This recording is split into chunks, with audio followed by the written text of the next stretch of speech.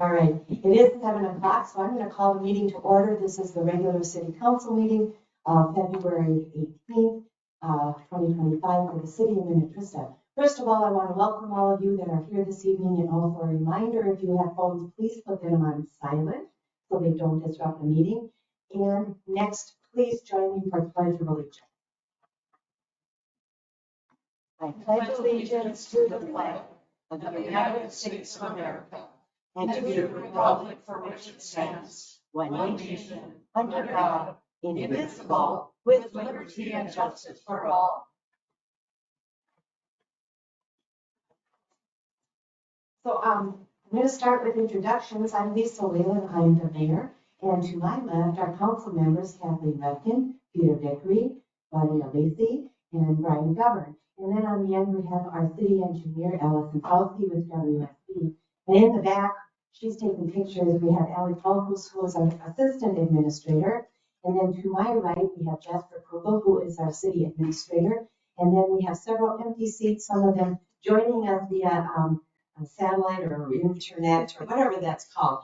And then, you can tell how old I am, right? And then we have Ron Bailey is with Kennedy and Grayman. Thank you. He is our attorney, and he's sitting in for Sarah Sansala tonight, who is normally here. And then we have our chief of police, Paul Hall. And with that, I'll move to the agenda. Are there any changes or additions to the agenda? If not, is there a motion to approve the agenda as presented? Thank you, Ms. Ruckin. Is there a second? Second. Thank you, Mr. Vickery. Any further questions? Hearing none, all those in favor signify with aye. Aye. Aye. All those opposed, motion passes 5-0. So the special presentation, and I'm sure that's why you all are here this evening, is to swear in one of our new police officers. So first I'm going to hand it over to Chief Falls, and then I'm going to ask the new officer, Aaron, to come forward, and I will then give you the oath of office. Thank you, Madam Mayor and Council.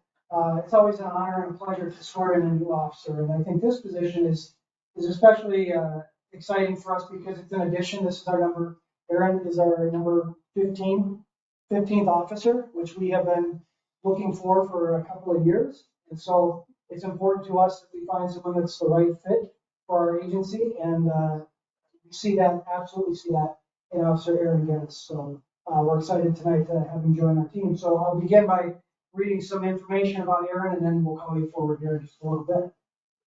So bear with me. Officer Aaron Geddes began employment with the city of Minnetrista on January 8, 2025. Officer Geddes has several years of law enforcement experience. Most importantly, Officer Geddes was actually a volunteer reserve officer with the Minnetrista Public Safety Department from 2009 until 2012. Officer Geddes worked as a deputy sheriff at the Dunn County Sheriff's Office in North Dakota from January 2013 until April of 2016. Officer Geddes worked as a patrol officer for the West Hennepin Public Safety Department, just next door to us, from April 2016 until March of 2021. Officer Geddes left law enforcement to pursue a career in aviation as a pilot for a short time before joining our agency in January. Officer Geddes also has been a skills instructor at North Hennepin Community College from 2022 to present. So as you can tell, he has a lot of experience, which we're very happy about. Officer Geddes graduated from St. Cloud State University with a bachelor's degree in criminal justice. Officer Geddes is currently completing field training and will be assigned to a patrol shift here very, very shortly. So as you all know, it's a difficult job to hire an officer. You need to find the right person, and I'm very confident we've done that. In addition to that, it's even harder to find an officer that has the level of experience that Aaron has. And so we're super excited to have him here on our team. I know a number of times when he was a volunteer, we talked about this day, and it just never really worked out for us, and we're so happy that we finally have. So with that, I'd like to call Mayor Whalen and Officer Geddes to the podium.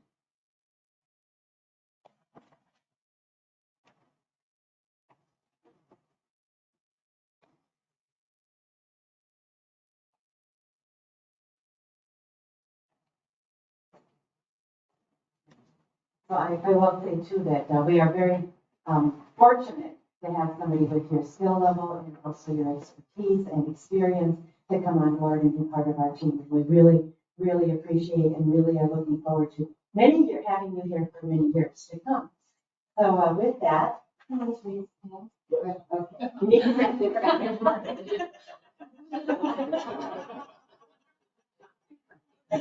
Can we repeat after me? On my honor, as a member of the Minnetrista Public Safety Department,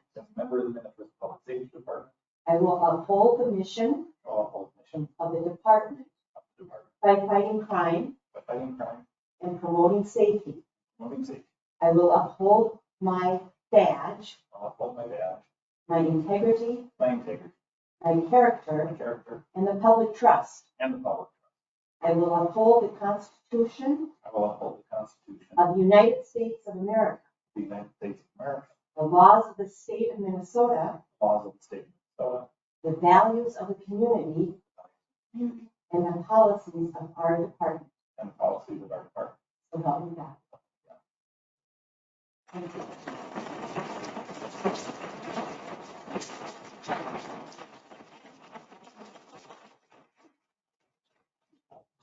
You guys talk amongst yourself. Yeah, you three.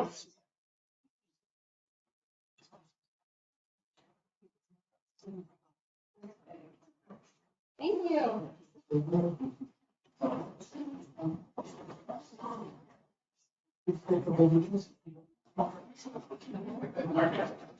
Yeah. Thank you. You're all welcome.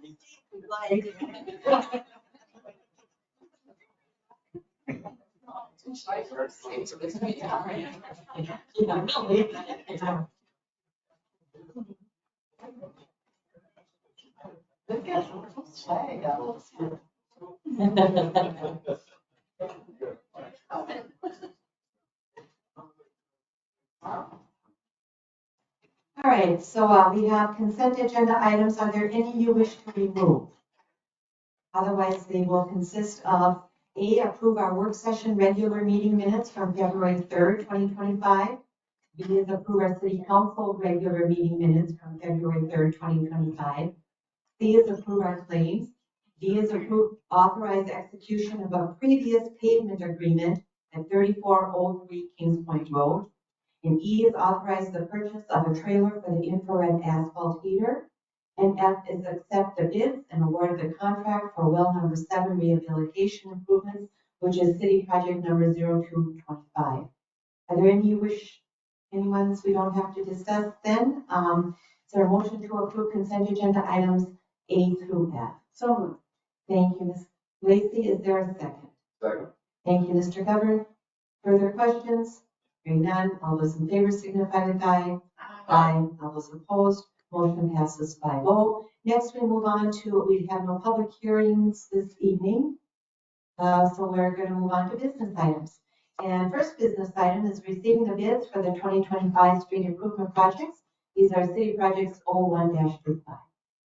Thank you, Mayor Whalen, members of council. This evening, just a couple items regarding the 2025 project. The first memo in your packet is for informational purposes. It provides a summary of the bids that were received for the project. And I'll kind of weave that into the second item with relation to the 2025 project. And that is to declare the cost to be assessed and order the preparation of post assessments and call for the public hearing. So the 2025 project, just a quick background.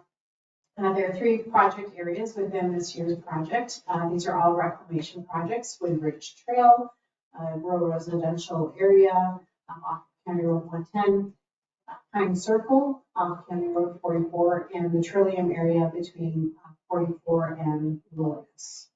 We did corings for these areas to confirm the project type. And we provided that information in past council. Okay, the existing conditions here, we have, sorry about that, there's light. There we go. Okay, so some photos of the existing streets. the Pine Circle built in 1973. We're seeing a lot of cracks and potholes through that. Trillium area built in 1994. The issue in the Trillium area is the bond, the bonding material to the aggregate within the pavement is no longer, we're no longer getting that bond, so the pavement is deteriorating. And then on Windridge Trail, built in approximately 95 base layer of pavement is failing. So the project is bid as a full depth reclamation where you take that pavement, it's pulverized or ground up, it's blended in with a portion of the underlying gravel in the existing roadway. Then that material acts as the new base. So it's weighted, compacted, and then new pavement is placed on top. So these are some streets that have been done previously, a reclamation project, Deshane Lane back in 2019 and Stone Ridge in 2021. The street widths would remain the same. We matched the existing street grades. There's a few areas where we smoothed out the grade, but for the most part, folks can expect to see what's there now is what will be here after this project. We'll be doing some spot for gutter repair and Trillium, not a huge amount. Doing an aggregate shoulder on Windridge, and then removing and replacing that cul-de-sac island circle. We'll have very little utility improvements. There's a couple sanitary sewer manholes in the on Pine that will get inflow and infiltration barriers put in there to keep the groundwater out of the sanitary sewer system. And then valve work in the Trillium area. One is a replacement of the existing valve that's leaking, and then installing some valves so that public works can better isolate the system should there be a break, so that we can minimize the amount of customers that would be out of water in that situation. Okay, so the cost, so this is where I'm kind of blending that first informational memo into the components of the 429 process. So we had a bid opening earlier this month. We received 9 bids, so that's excellent. Congratulations to the council on receiving that number of bids. And we got Aztec Asphalt Services Technology Corporation is the low bidder. This contractor was the contractor that did the North Arm project back in 2023.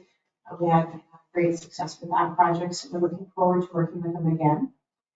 And I've also included in the presentation and also in the package just a breakdown of where we've been at for both the budget, feasibility numbers, pre-bid estimates, that sort of thing, and then as it was bid. So the bid amount that was included in that first memo of $986,000 and change, that's the bid amount that's submitted by the contractor, and then we add on 5% contingency because with construction things come up. So we include that 5% contingency in the total project cost, and then also add 20% indirect costs to cover the engineering design and then some inspection costs through there too. So this is a summary of where we're at for the different components of the project. And then later on, I'll go through where the funding as proposed. One component of the funding for this project is Minnesota State Statutes 429, which is special assessments, where a portion of the project cost would be especially assessed to the properties that would benefit from the project. So with the exception of Windridge Trail, we would be looking to follow the city's special assessment policy, where 50% of the street costs are assessed. And then the sewer and water improvements would be paid by the respective utility fund. Now with Windridge Trail, at the outset of this project, we had a discussion with it being rural residential in nature, large lot residential.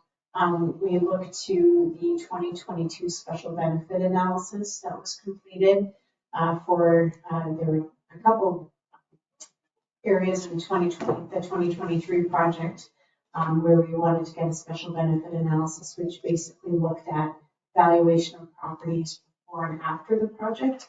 And based on the outcome of that report, particularly with respect to North Arm, at that time the council settled on a recommendation within that report to have an assessment capped at $10,000 per unit. And that was the direction provided last fall with respect to Woodridge. And so we're continuing with that as we move through the 429 process. And that's less than 50%. Correct. Thank you for that. So if we look at how the bid price for Windridge was very close to the estimate, the unit assessment on Windridge would actually be about 22,000. So Okay, that's. so it's a significant change from this city's assessment policy. So this map shows the assessment areas in blue. So on the top left corner, that's the Windridge area. It's a little small area kind of on the top right, that's Pine Circle. And then the bottom right is the Trillium area. So using the number of accessible units identified in the feasibility report and the bid prices, including that 5% contingency and 20% indirect, here's the preliminary assessment compared to the proposed final assessment. So you'll see at the bottom there, Windridge Circle actually stays the same, again, because of the direction provided as far as capping that assessment at 10,000. And happy to report that the proposed final assessments, both for Pine Circle and Trillium, are less than anticipated. And the reason we're seeing this reduction is largely due to one of them is actually the paver. There's some paver driveways in both project areas. And in the estimates, we had a higher estimated cost for those because they are very labor intensive. So we got some good pricing on that. And then also the concrete curb and gutter, even though we're not replacing a lot of it, we did see some better pricing in both of those two project areas that brought these proposed final assessment amounts under what was originally estimated with the feasibility report. And we'll talk about the assessments later in a little bit. Certainly, we can talk about them now if you'd like. Well, just because a couple of things, we have always rounded down from cents. We don't put in 75 cents or whatever. And then my question to the council is, do we just want to make it like, for instance, on Pine Circle, is it 57.50 versus 57.55? I mean, it's just so odd numbers. And same with Trillium making it 79.50 versus 79.53. It's minuscule amounts, but it's just simpler, I think. My opinion. Yeah, that was bringing to that year's hundred. Yeah.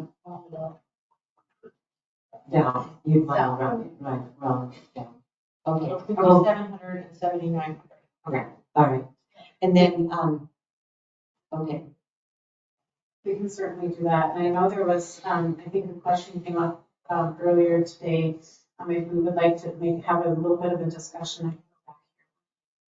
I have called and asked about, there's one property on Windridge that is being, same address, being assessed twice. And it's a very odd situation. So I'll leave it to Alice. Thank you. So it's in the Windridge area. What happened is it was originally platted as one lot, and talking to the planning department, we're not sure what happened when it was recorded at the county, but the property is now under two parcel IDs at the county. Thank you. So we're looking at parcels 6 and 7. So parcel 7 is, let's see, that is 1.3 acres, and parcel 6 is 8.36 acres. So when we looked at this, this is how it was presented in the feasibility study. Since there are two lots of record, they were both included in the preliminary assessment. They both have frontage to the road. They don't really, though, do they?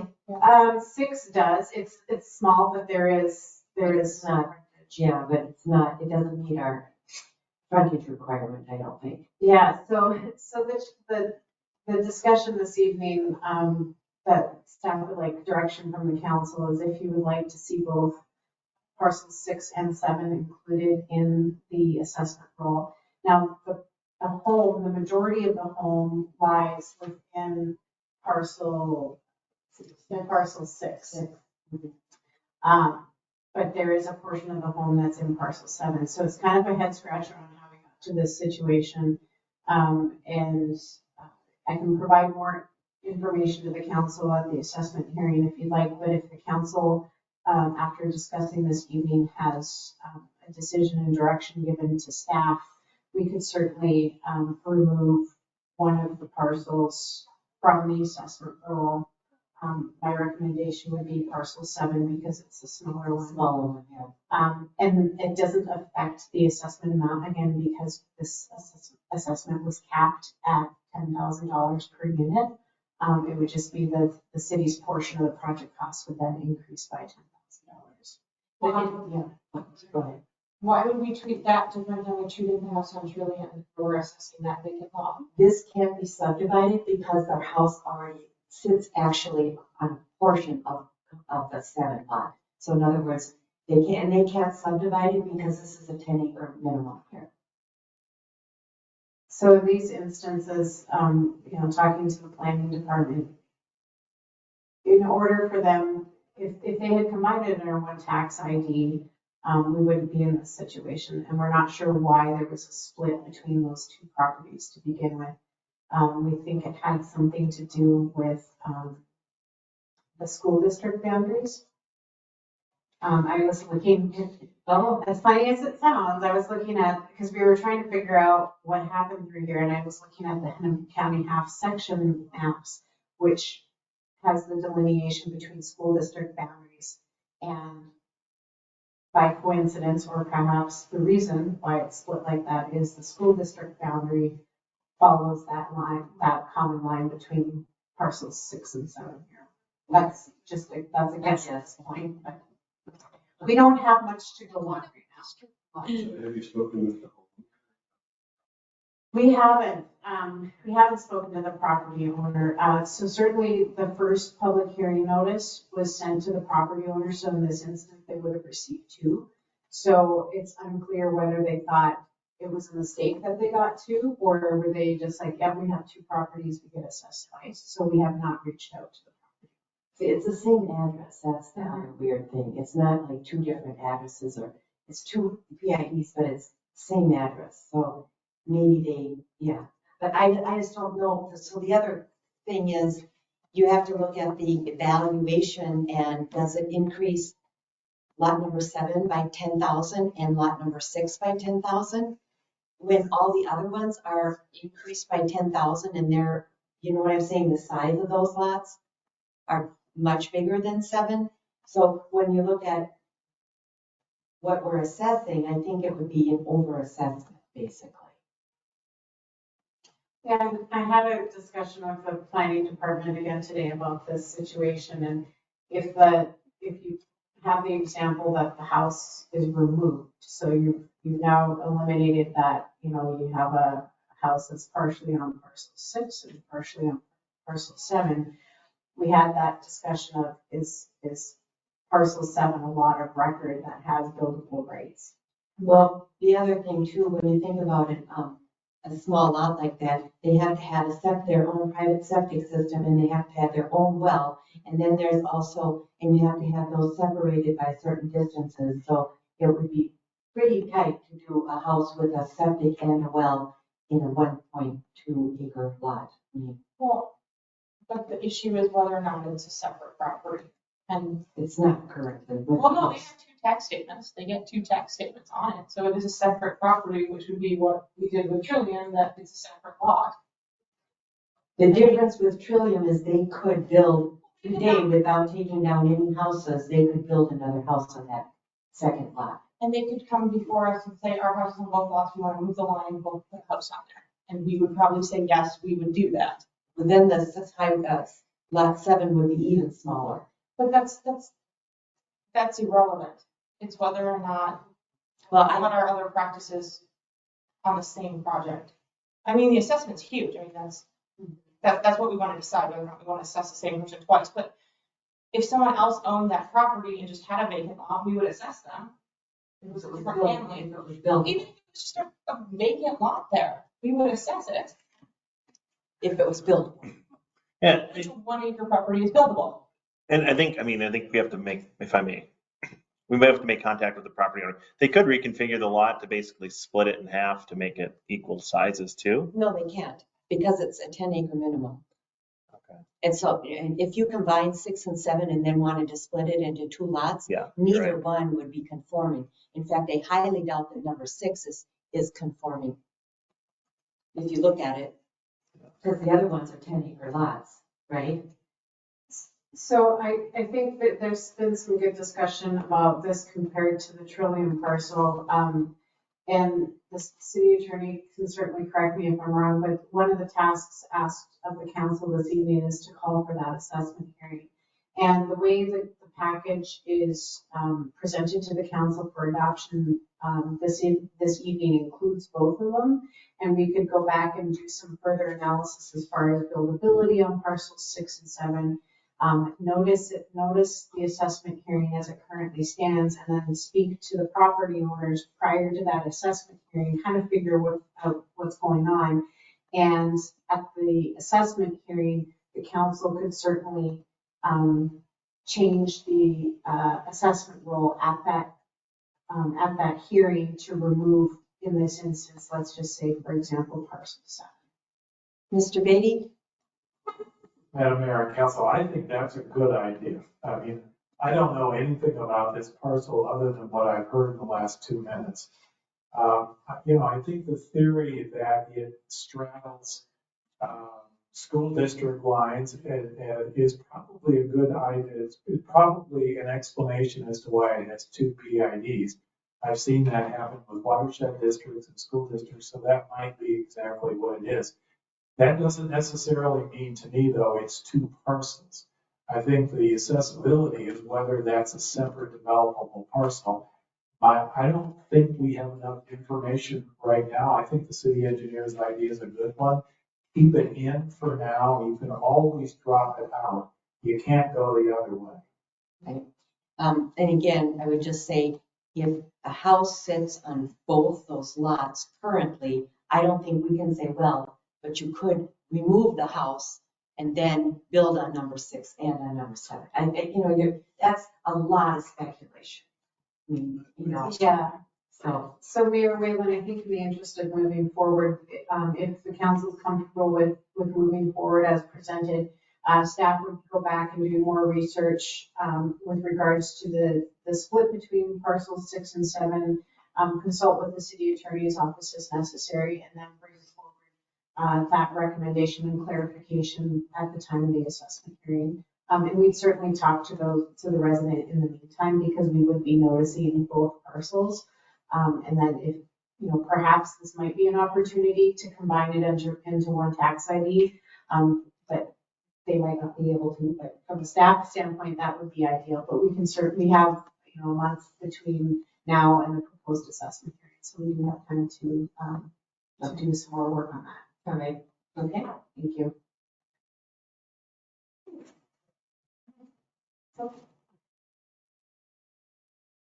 All right, so we're looking at the proposed project funding as I mentioned. So this is as it currently stands, with keeping both those parcels within the Windridge area, both parcels 6 and 7. We would have just over $500,000 specially assessed. Now, certainly this number will go down based on the council's direction to round down the assessments on Pine and Trillium to the nearest $100 amount. So these numbers will be updated accordingly with the assessment hearing. So we're looking at the city's responsibility to be somewhere north of $738,000, with somewhere south of $500,000 specially assessed, with the total project cost coming in at $1.24 million. And that includes both the contingency and indirect costs. And that includes the sewer or the other things that actually aren't being assessed. That's correct. So, yes, we bid them out as schedules B and C for the sewer and water improvements, and those are, city responsibilities.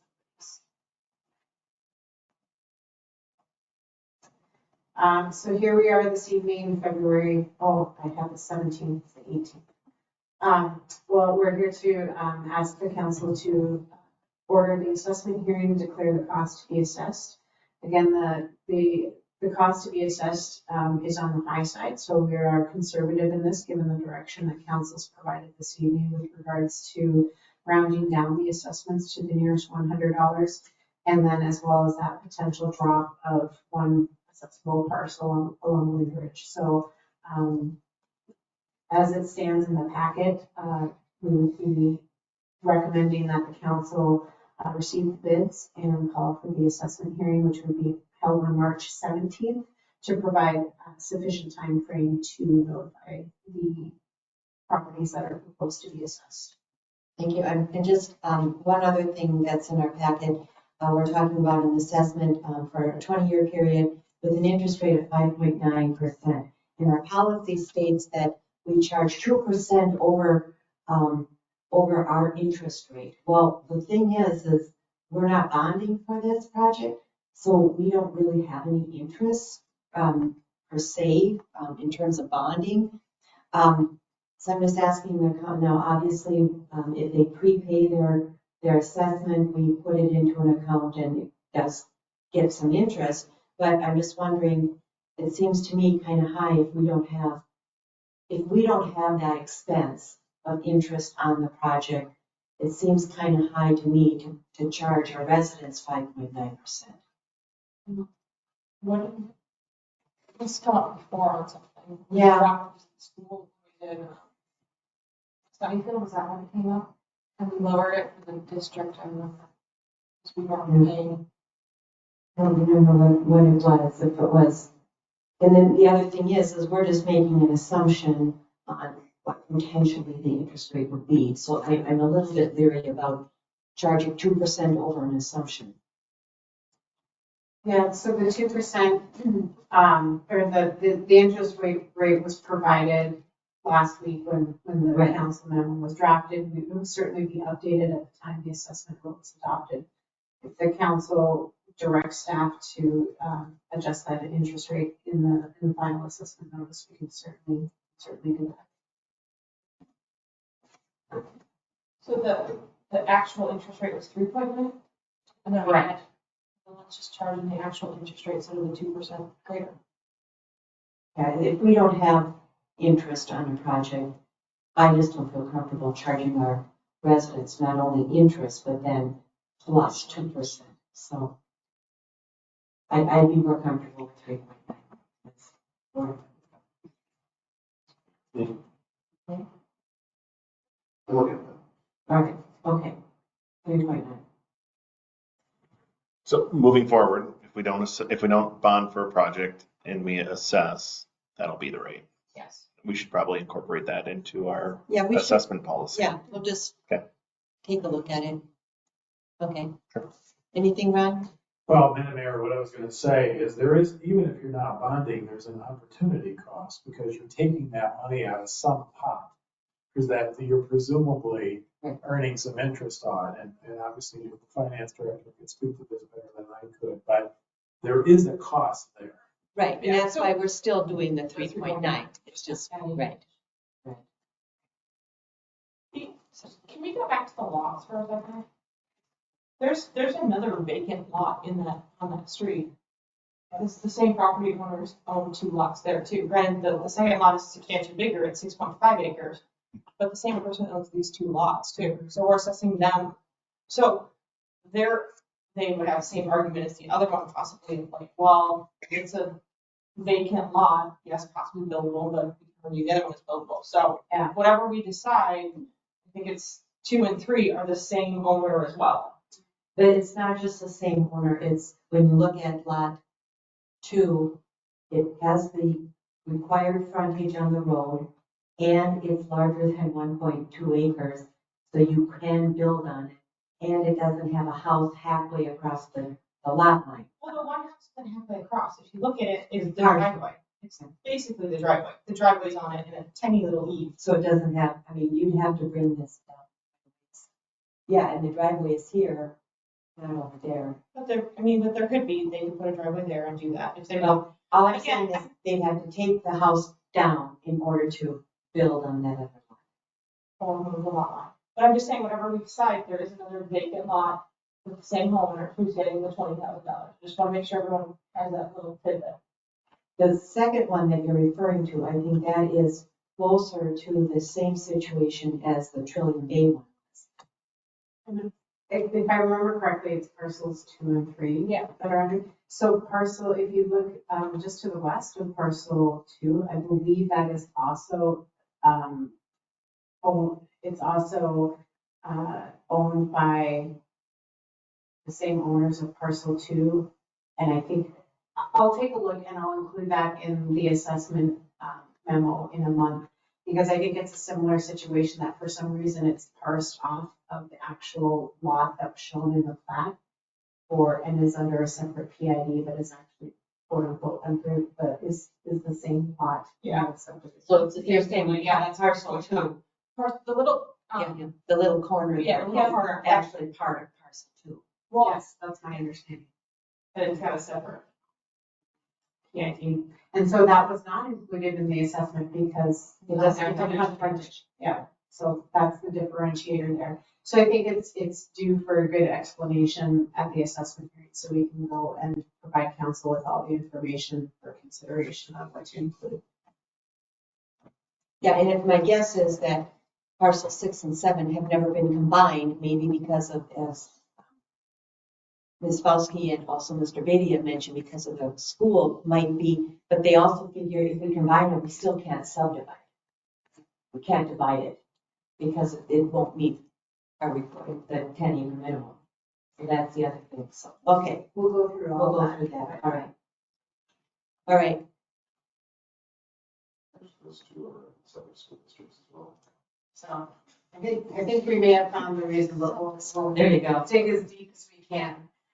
So with that, the schedule that we're proposing, that at the next meeting would be the assessment hearing for the council, accepts bids and awards a contract. And then we would be looking at construction somewhere between June and September. We're still in a bidding season, so we have not reached out to the contractor yet asking for a schedule. What our experience has been is we usually wait till we get to the tail end of the bidding season, which is usually around March timeframe, when the majority of bids have been opened, to ask for a schedule at that point, so that since they will know what projects they'll be working on and have a better idea of their schedule at that time. So tonight you just want to accept the bids, not award the contract. Correct. Yeah. Correct. We've typically gone and awarded the contract the same night as the assessment hearing. Okay. Just in the event that, if the council is hearing concerns with the assessments, we can split that off. You can award the contract, not tonight, I don't have necessary resolution available for you, but in the future, you can certainly have award contract before the assessment hearing, but we've just had past practice so that public input is taken into consideration before awarding that. Okay. And do you generally let the contractor know that they were the lowest bidder? I mean, or do they just kind of hang in limbo for a while? So at the bid opening, well, actually within the contract, within the advertisement, the contractor is aware of when we anticipate the council will consider awarding the contract. So they are aware of that, and that the bids are good for, I believe in this instance, we put 60 days. Okay. So you do have a 2-month window, and that's standard from a lot of communities in the metro area do have that lapse between bid opening and award. All right, thank you. All right, any other questions? Okay, then hearing none, is there a motion to accept the bids for the 2025 Street Improvement Project City Project 01-5? So moved. Thank you, Ms. Rupkin, and Mr. Vickery made that second. Any further questions? Comments? Hearing none, all those in favor signify with aye. Aye. All those opposed, motion passes. And then there's a resolution to declare costs to be assessed, ordering preparation of proposed assessments and calling for the hearing. So what I just want to clarify, because we're really not declaring the cost because we don't know yet how we're going to deal with 6 and 7 on Windridge. Do we just say we're ordering preparation of the proposed assessment? No, you have to do the cost? Madam Mayor, Council, I think this is the correct designation of the action. Yeah, okay. The cost can always come down. I mean, per the discussion we've had tonight, but I like this title for the resolution. Okay, all right. So declare cost to be assessed and ordering the preparation of proposed assessments and call for the hearing on the proposed assessments for the 25 street improvement projects. And that hearing will be on March 17th. Is there a motion to that effect? So Thank you, Mr. Vickery. Is there a second? Second. Thank you, Ms. Lacy. Any further questions? Hearing none. All those in favor signify with aye. Aye. All those opposed, motion passes. All right, so that concludes our business items. And we have staff reports. Good one, maybe two. Okay. How about I do mine first? It's kind of a question, a discussion, point to get to possibly another meeting or maybe even direction. I think everybody's aware of the farm winery that received a CUP, I don't know, 4 months ago, 6 months ago, somewhere in that frame. It has come to light that there is a resident, not the actual owner, a neighbor who wants to have a wedding there. And staff is looking for direction, either yes, no, or another option would be a special event permit. So then the neighbors get to know. So I know a little bit of the details. I don't know if there's any direction or if there's more information needed. For the sake of them planning a wedding, I think we need to kind of give them direction if they can do it or not, if there's a process. We don't have one right now. So a couple things. So I got a call from a resident that had heard about this. And as you know, we had a lot of residents here for this CUP. And this resident was concerned because now there's going to be a wedding and they were specifically given their CUP as a farm winery only, no on sale, no on-site sales and no event. And now all of a sudden now they want to have an event. Having said that, the people that want to, the young couple that want to have their wedding there, her grandfather, her mother and father and long family history own the property. They're the ones that sold it to Barry, the current owner. And so now she wants to get married and she would like to get married on this property. They live actually, I think on Highland Road, so they live in the area. And so she would like to get married on her historical property. Anyhow, so as Jasper pointed out, so here's the thing, anybody in the city can do an event. You know, one time, I mean, obviously if it was every weekend, it'd be different. They can do an event, but they have to, for the size of this event, they do have to get a event permit because they're talking about 300 guests. Plus, of course, there's bride and groom and family and so on. So they would have to, no matter where they were in the city, they would have to get an event permit. So I was talking with David earlier and he kind of dug into this and he was saying that so I said, well, if they did it, I think a couple things. We'd have to make it very clear this is it. I mean, it's not like come back to us in 6 months wanting to do another wedding. So that would have to be clear and crystal clear. And then they would have to put certain requirements on it, which they would with an event permit anyway. They might say on-site parking only, no noise after 10, whatever. Staff and the police and whatever would have to work that out. But the question here is, do you want them to say no, which we can because this CUP doesn't include events. Do you want to say one time only and that's it? Or do you want to say something else? I think they deserve to have a wedding there. And I have a really close friend that had 2 kids get married on her property in 1 year. I mean, I think we say yes and then see how it goes and see how they treat their neighbors and not put anything. I think we say yes. They just say yes. With, you know, The normal event rules and no on-street parking. I mean, that was such a battle. I just, it's like, camel dinner, it was over the 10. And if I may, the person who wants to do the wedding, the way I understand it, has reached out to the neighbors. There's one neighbor out of those that have gone against it. Everybody else, Express concern. and we don't know exactly what the sample size was, but that's what we've been told. So, and generally, there's a gentleman here I didn't ask for persons to be heard, but if you, Mr. Gardner, I just have a quick question. Can you just come up to the podium? So, It's just comment you had made.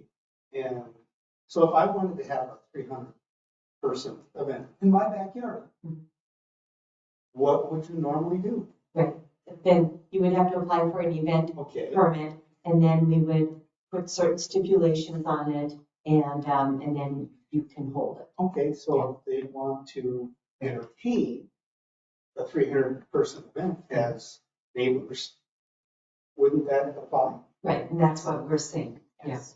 So the only caveat is they can't continue having not a all, wedding venue. it's not a wedding venue. They can't so- have a lot of friends. No, they can't. No, they can't.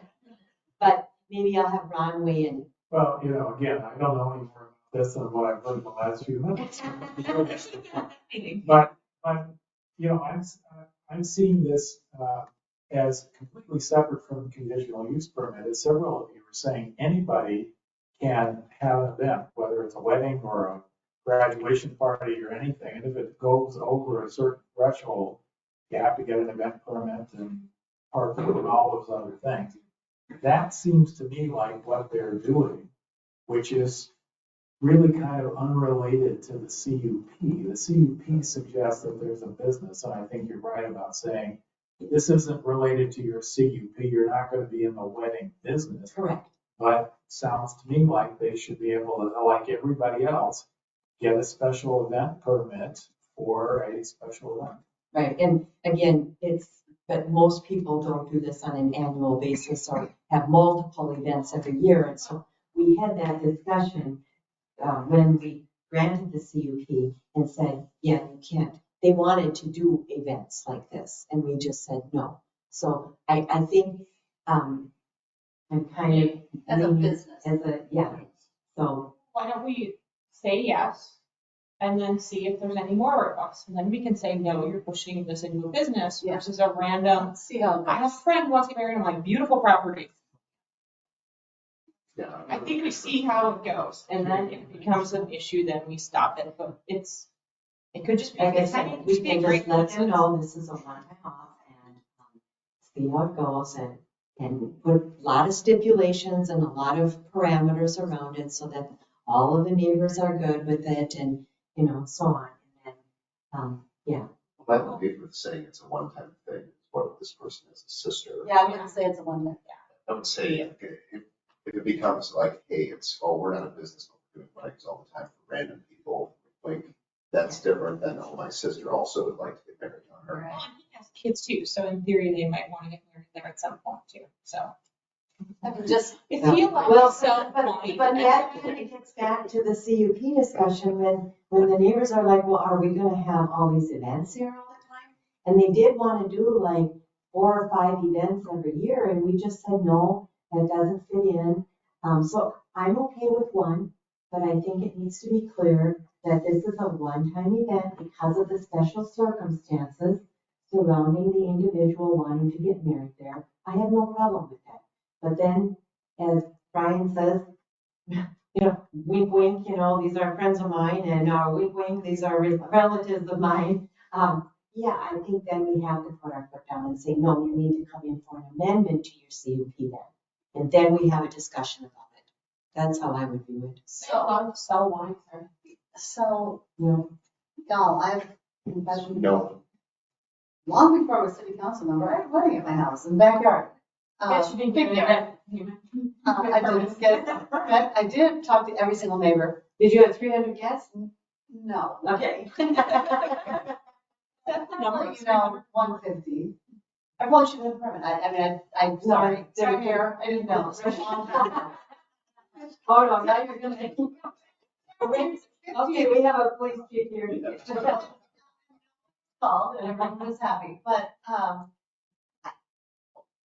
yes, this is a business, but what if they have, you know, 4 daughters that, and they do their job, and maybe we just give them an opportunity to be good neighbors, have a nice wedding, everyone goes home I mean, I have neighbors that have parties constantly. I mean, big, giant parties.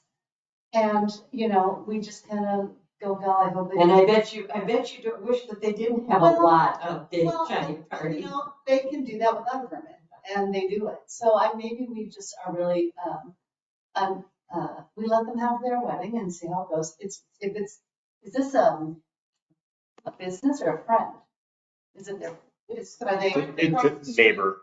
But so are they making money off of this? So it's no different than you having a wedding in your backyard. Right, and I'm just saying though, if they come back in 3 months saying, oh, we have another wedding that we'd like to do. Then, you know, when there's then you have to say, Well, okay, I'll worry about that if that happens. I understand, and that's what I'm saying, is that, you know, at some point we have to say no, because then you have to come in for a conditional use permit amendment. Because we were very clear in that CUP that events are not gonna be allowed here, and the neighbors went away understanding that. So if this one event happens, we would have to explain to the neighbors why we're saying it's okay. And they have to come in for a permit, and we're gonna put some very restrictive parameters around it. And then if they come in a second time, we just have to say, then come in for a CUP amendment. Because everybody else that wants to operate a business, a wedding venue business, has to come in for a CUP or an IUP. And so they need to be treated the same as well. Yes. So, all right, I think we're good. We have the city attorney saying that this is what we should do. So I think we're good. We'll give them that direction and we'll move forward. all right. Okay. Any other staff? Police Chief Falls has a DTF update potentially. Drug task force. Drug task force.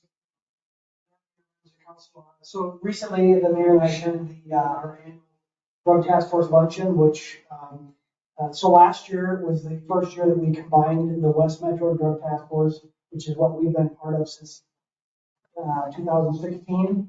We joined forces with the Southwest Metro Drug Task Force to create a larger task force. And what that did for us was, and we've talked about this in the past, but just as a quick refresher, that was, we were able to secure state funds as forfeiture monies kind of start to dry up. It's a way to stabilize the funding for the drug task force so that cities, participating cities, don't have to put money in to the cause. And we all know that, you know, we probably don't have a lot of drug manufacturing and things going on in our cities, but we do have a lot of users. A fair number of overdose deaths and things like that that do affect our communities. And so it's very important that we're part of this. So with that, last year we joined forces and we are doing very, very well. So what I wanted to share tonight was just the year-to-date stats real quickly with you for that group for last year. The good news is we received $300,000 in state funds to fund the task force last year. And through some staffing shortages and things, there was a drug task force up in the Northeast Metro that folded because departments didn't have enough staff to staff it. That made that spot available for us because it's called a VSEP. I have no idea what that stands for. I can find out if you really want to know. I think you looked it up once and it's weird. Yes, but it's a state term. Anyway, long story short, there's only so many spots open that can be funded through this mechanism. So we were fortunate to be a group that our task force did a really good job of making cases, good cases, and arrests and forfeitures and things like that. So we were selected as part of this group to be able to receive these funds. And so based on the numbers that I'll share with you and the successes of this combined group last year, we will likely get a lot more funding in the future going forward, because it has to do with A, your size, and then B, your productivity. So both of those things work in our favor. So I'm confident we're going to get a lot more funding or funds from the state going forward. So with that, in 2024, we had arrests, 242 arrests. There were 308 search warrants, 72 illegal firearms seized. There were 137 state charges, and there were 6 federal indictments. On the federal side, now as a result of this combined group, we have federal partners, which is important for a lot of reasons. First of all, the penalties are bigger when you see these large shipments of illegal narcotics. When you can charge them federally, there's a lot more teeth in that. And then also these federal agencies like ATF, FBI, and the DEA. We've worked with DEA for a long time. They just added ATF, alcohol, tobacco, firearms, to this group recently. Okay. And so what comes with that is a whole lot of resources at no cost to our local taxpayers. So that's really nice for us. And so I am confident that in 2025, we'll have an even better year because we have these partnerships in place. And so we have so many resources. Then moving down the list, I'll just go through these kind of quickly. Marijuana, obviously illegal marijuana, 185 pounds were seized. Methamphetamines, 148 pounds. Other like waxes, illegal oil wax type things, 71 pounds. Illegal vape cartridges, 30 pounds. Cocaine, 25 pounds. That's a lot of cocaine. Mushrooms, a little over 8 pounds. Fentanyl powder, which is very, very concentrated, very deadly if it's not used in the right manner. This is the illegal fentanyl powder, 4.4 pounds. Edibles, a little over 4 pounds. MDMA, which is ecstasy, you've probably heard that, 2.5 pounds. Let's see, I'll switch to grams here because it's getting smaller. LSD, 252 grams, that's a lot for LSD. Crack cocaine, 158 grams. Heroin, 7 grams, and over 28,000 fentanyl pills. So that's a lot of illegal drugs taken off the street. Just in our area, Just in our area? Isn't No, that so? in the task force. Yeah. So, but the issue is this stuff, Minneapolis is now the #3 hub for large shipments of illegal drugs. So we've surpassed Chicago. It used to be Chicago, now it's Minneapolis. Right. And what happens is all this stuff filters out to our communities and people use it and they get hooked on it, and worst case scenario, they die of an overdose because a lot of this stuff is laced with fentanyl and other harmful things at we don't know what dose. It's not consistent. Most drug dealers really don't care. They're not chemists. So they just do their thing to make a buck or two, and the results are So we're third in the country. Minneapolis is Yeah. third in the country. Do we have some kind of letter that we can put on our website that I can send to every person I know? Well, this is something that they're working on through the federal level to be able to identify and put out correspondence so the message is the same. We got this information right from the task force at the luncheon. Was that last week? Thursday, So the fast. 12th, yeah. Can we get a copy of that? When I get it, yes. This was just kind of given to us in a verbal I see. report at that luncheon. the spot we got that you took from the Northwest one that one way, Yes. do we have to keep applying for that, or are we just permanently on it now until we dissolve the task force? Right, once you're on it, you're in, and we were very fortunate that, so on our task force is a number of lake area agencies, and then Hennepin County actually runs it. They provide the supervision, which has worked really well even when we were just West Metro. And then as time went on, the West Metro and the Southwest Metro worked together pretty frequently. Many years ago, they kind of worked very individually, and then as things got a little bit more dangerous, the tide kind of changed a little bit, civil unrest and things, that towards students towards police. Things got more dangerous. They started to work together, so you have more bodies, you can work more safely. When you're executing search warrants, you want more staff there. It's not like years and years ago where just a few people would go and serve search warrants. We're very careful about how we do these things, and we don't worry about the small stuff. This is all higher level stuff. So I guess what I'm saying is they did an outstanding job. This exceeded our expectations. We have a dedicated officer who just is on that. Right. Yes. If this continues to grow, are we going to need another dedicated officer or is one? I think for the foreseeable future, one is enough. Because I think that was part of the reason that we wanted to put the two task forces together. It used to be just Lake area and Hennepin County. Now it includes, it goes south and east of it. So basically St. Louis Park, Eden Prairie, Minnetonka. And the county ran theirs as well. So now we just bring all that together as one. They office out of Eden Prairie before we office separately.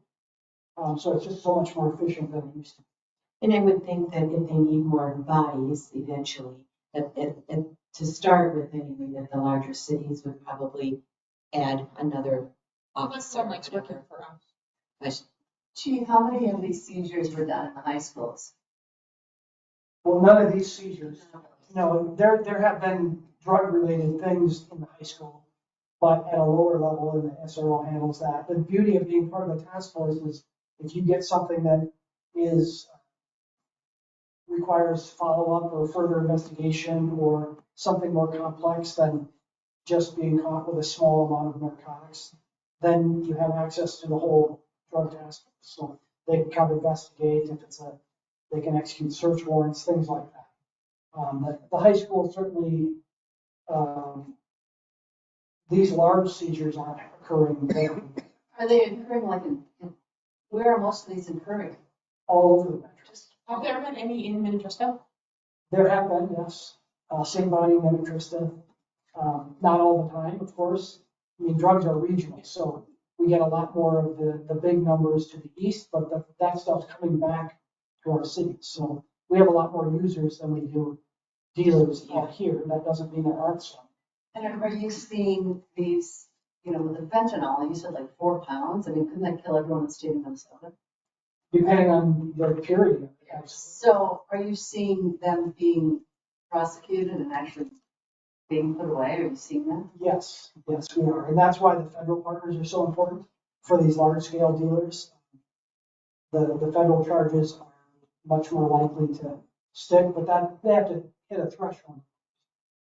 But yeah, we have a lot of access to a lot of resources, which is really good for our communities. The other thing that's nice about being part of the larger task force is if we get an overdose death, we can call the task force and we're gonna investigate our agency, the death piece, and then the task force would investigate the narcotics piece and follow this thing back and see who's supplying what and try and get at that and interrupt that and hopefully get those players charged and out of the system so they're not causing any further harm. And thank you for all of your many years of service. So we started participating in the drug task force in 2016. And hopefully we'll continue that for many more years because it's very important, being an important aspect of our police and trying to keep our residents safe. So with that, any other staff reports? Are we going to have a March 3rd meeting? I would say right now we don't have enough on the agenda to warrant a meeting, so if the mayor would like to cancel it, Okay. you're able to do that. Well, I will cancel it then. So we will not have a March 3rd meeting. We'll reconvene on March 17th. And with that, are there council reports? Jasper and I attended the Mound Fire Commission meeting on February 6th. In 2024, Mound Fire lost 9 firefighters, 6 retired, and 3 left due to other reasons. So that's a pretty significant amount. They have since hired 3, so that are 34. They have 2 in the interview process right now. For 2024, Mound Fire had 725 calls for a total of 9,364 hours. Of those 725 calls, 444 were medical and 281 were fire calls. Minnetrista's portion was 101 calls, 43 fire and 58 medical, for 14.3% of the calls. Mutual aid response was high for Mound responding to other calls. They answered 21 mutual aid calls for 444 hours. 5 of those were in Minnetrista in St. Bonnie's district for 98 hours.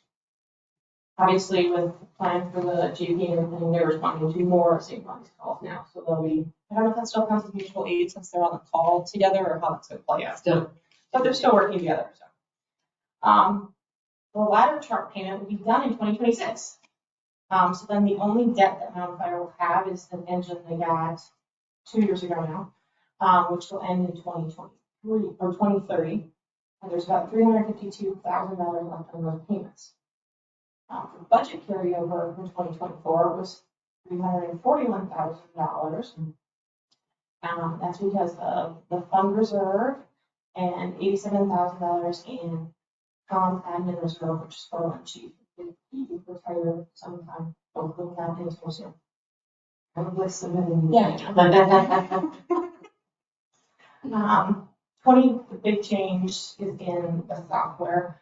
2025 instant reporting system that they use, switching from something called NFERS to NERIS. So based on that, the chief wants to switch the reporting software that they use to something called First Due Cloud Services, which costs about $8,000 a year, but it will automatically put more info from the CAD report that they get when they answer all the calls and everything every station has. It puts that automatically into the NERIS system, which will be able to help with payroll, training hours, response times, and will save Vicky a very, very large amount of time inputting all that data that has to be current in the first system. And do you want to talk about fire commission? I'll talk about fire partnership meeting. So we met on the 12th, yeah. And so we were hoped to have a finance committee already meeting, but that didn't happen. And so part of the discussion was, and I'll run this by you folks. So we talked about a $2.3 million budget. It'd be a pretty hefty increase. However, if we do, again, this is still to be determined, but if we do the formula that we're thinking, 50 property values versus and 50 calls. So, and I won't go into detail about that today, but if we did that formula, it would increase our general levy, overall levy, of just around 3%. And some communities, I won't mention any names, felt that that was too much. However, these are just preliminary numbers, and I always feel that it's better to start high and maybe work our way down. But the other thing that I look at, and I need feedback if you have any, is we need to look at what we need and what will provide the best coverage and safety for our community. And if that means a 3% increase, so be it. It means, a few dollars. I think Jasper did the numbers, and it means like $1 a month or something. What does it mean? Generally speaking. Yeah, it depends on home value, but on average, it'd be about $2 a month. $2 a month extra. Now, some of these costs, one of the reasons the budget has to go up a bit is because we're going to have some costs putting the two fire departments together. Okay, so the combining them is going to cost them. The other thing is we are going to be personnel, full-time personnel that we don't currently have. Now, if we don't do the fire partnership, St. Bonnie is still going to have to add full-time personnel. There's just. Yeah, they'll add a full-time chief next year, but. And then possibly even some other staffing too in the very near future. But they're really hurting right now because the chief is putting in so much time. Now, some of the other things that we have to consider is this. OSHA is going to be coming down and they're in the process of rewriting their requirements and training requirements and all of that. OSHA, and they're not done writing all these standards yet, but when they are done, they will then, and if they're going down the road that we think they're going to go down, it's gonna mean a lot more training and a lot more time, both on the chief's plate as well as training. So it's gonna add more money. So having said that, we're hoping to get our finance committee together and hash through some of these things before the 18th, which is our next meeting. And we're hoping to get the finance committee 100% on board with whatever we decide. But are you guys shocked with the 3% general levy at $2 per household per month? Well, I think we just need to keep in other things. Putting in the personnel committee, there are the other costs going up too. There's road, if we want to increase our road levy, we're looking at probably a 3% to 1.5% to 3%, possibly depending on what we do. We're looking at admin costs. So yes, we might be looking at somewhere around 10% margin again. No. And then hopefully after that, I'll go with it. So the current budget is 1.8. So for combined, for state money and now total. So we put their budgets together and the chiefs came back with 2.3, adding in everything they want. So there's wiggle room in there. Some of it's not like we would seed money because you have to pay the bills. Maybe at the start of the year, which you don't start having. So you have to build money into that, and figure out the equipment and all that. But yeah, and it's not going to be a 3%. yeah, it would be every year with level about revenue. And we can use some fund balances too, I'm sure, to offset some of that for the first year. Seems like a great idea. I just think. Oh, right. Yeah, because there's. Yeah. We need to have a really big fish fry. There you go.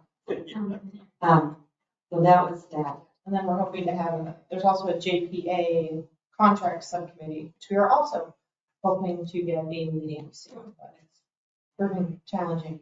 And I think the JPA discussion is going to be the harder discussion, which Kathleen is on that committee. So handed it to her. But if she needs help. Well, we have some good examples to go off of. We have the Excelsior JPA to look at. There's the Loretta one, and then there's the other one. Henderson Township, that's another one. There's a bunch out there, but I think we'll be good. And we're going to be flexible. We're not going to be rigid. Anyhow, anything else? Other than I won't be at the meeting on the 18th, so. Okay. Yeah.